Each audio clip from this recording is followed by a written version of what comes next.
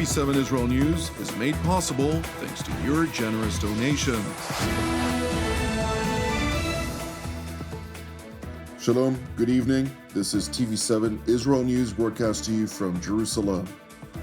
Israel celebrates its 77th Independence Day after 24 hours of commemorating its 25,420 fallen. The IDF is reportedly preparing to issue call-up orders to reservists who serve in combat brigades and other units ahead of an anticipated escalation in the Gaza Strip. Jihadist forces loyal to the Damascus regime are mounting attacks against Druze communities south of Damascus. Israel entered into celebrations this evening, marking its 77th Independence Day. In a heartfelt message to the people of Israel and Jewish communities around the world, Israeli President Yitzhak Herzog highlighted in a televised address both the ongoing struggles and the enduring strength that defines this historic moment. Dear sisters and brothers, Achyotai ve'echai, from around the world, Shalom to all of you from Jerusalem, our eternal capital, and Yom Ha'atzmaut Sameach, happy Israeli Independence Day. This year, celebrating 77, the blessing of the Jewish statehood, we cannot help but be aware, again, of the costs and sacrifices it demands of us. There are many. Since October 7th, we in Israel have been engaged in a fight for the safety and integrity of our society. So many from across Israel and communities around the world are still on the front lines, fighting the dark forces of terror that threaten all of us, and defending the very fabric of the free world. Our hearts break each moment anew at the ongoing atrocity of our sisters and brothers buried deep underground, dead or alive, in Gaza, in a brutal violation of every legal, human, and ethical norm.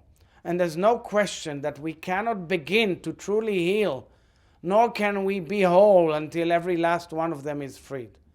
At the same time, anti-Semitism has come charging forward in so many forms throughout the globe, and it has radically challenged the basic sense of safety of communities everywhere. But, my friends, there is more to this moment than just grief and pain. Our path is longer and our purpose broader than any season of mourning.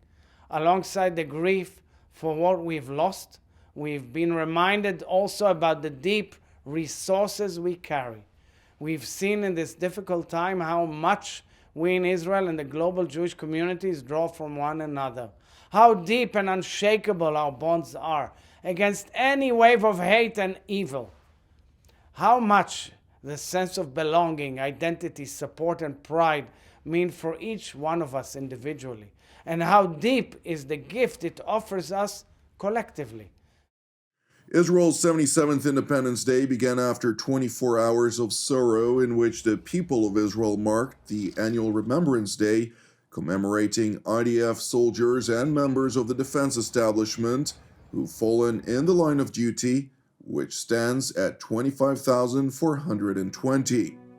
Since October 7th of 2023, the number has risen by 5,944, 319 of them lost their lives over the past year alone. The official Remembrance Day opening state ceremony took place at the Western Wall in Jerusalem yesterday evening, during the course of which IDF Chief of General Staff Lieutenant General Eyal Zamir seized the opportunity to relay a message to the families of the 59 hostages who've endured Hamas captivity for the past 572 days.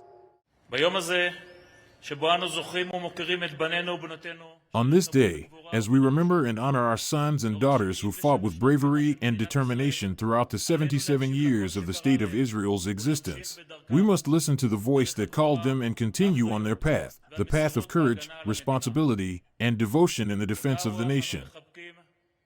In that same spirit, we embrace the wounded and disabled IDF soldiers who carry the scars of battle in their hearts and souls. As such, to the families of our kidnapped soldiers and civilians, I wish to say, your voice is heard. The faces of your loved ones are ever before my eyes. Our moral, national, and foremost obligation is to bring the hostages home. We will not rest, and we will not remain silent. We will continue to act in every way possible until we fulfill this sacred mission. General Zamir continued by underscoring the raging multi-front war in which Israel is fighting for its very existence. We must remember, we are in a multi-front war for the very existence of the State of Israel. Hamas, Iran, and its proxies have launched this war. They were the ones who launched this war. They seek to destroy the Zionist dream and deny our right to live here as a free and sovereign people. Our enemies have misjudged our response. So too has Hamas misjudged our determination to bring back the hostages and to defeat it. These two missions are intertwined. We will continue and intensify our efforts until both are achieved. As the Chief of the General Staff of the Israel Defense Forces, standing here at the foot of the stones of the Western Wall, I swear, together with all IDF soldiers, to continue upholding the responsibility entrusted to us, to defend the State of Israel and to ensure our right to live here forever in a safe and thriving country. Meanwhile, at a separate state ceremony at the military cemetery on Mount Herzl, Israeli Prime Minister Benjamin Netanyahu reinforced General Zamir's remarks by stressing that this generation understands full well what is at stake. The generation of lions that I meet in the field, from the crumbling Rafah to the lofty peak of Mount Hermon, this generation understands well what is at stake. Our sons and daughters are not willing to stand idly by in the face of what the monsters who attacked us a year and a half ago have done. They are determined to settle scores with the perpetrators of the massacres and atrocities. And even during these very moments, they are risking themselves to create the conditions for the return of all our hostages and the victory over our enemies. Thanks to the heroism of our fighters, we broke the stranglehold of our enemies. We did this in the south, in the north, in Judea and Samaria, and on other fronts as well. The courageous connection to our homeland, the consciousness of home, this connection, these give rise with even greater power, uprightness, faith in the righteousness of the path, solidarity, willingness to sacrifice, and an uncompromising commitment to complete victory.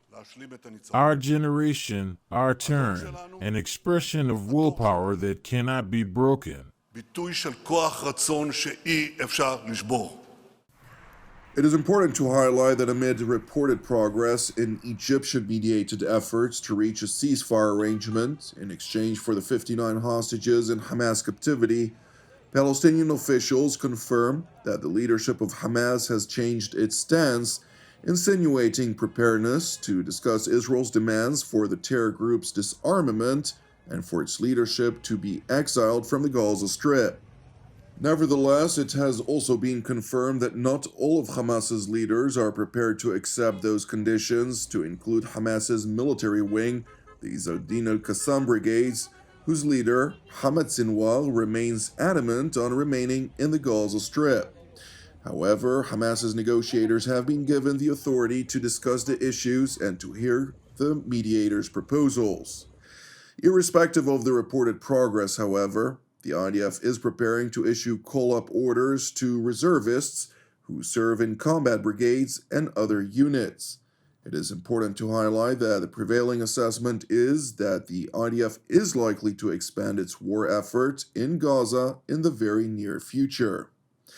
Turning to Israel's northern neighbor Syria, where jihadist and Islamist militia groups have launched repeated attacks against the predominantly Druze towns of Jaramana and Sahnaya, that after an audio recording circulated in social media in which a claimed Druze man defamed Muhammad, the founder of Islam.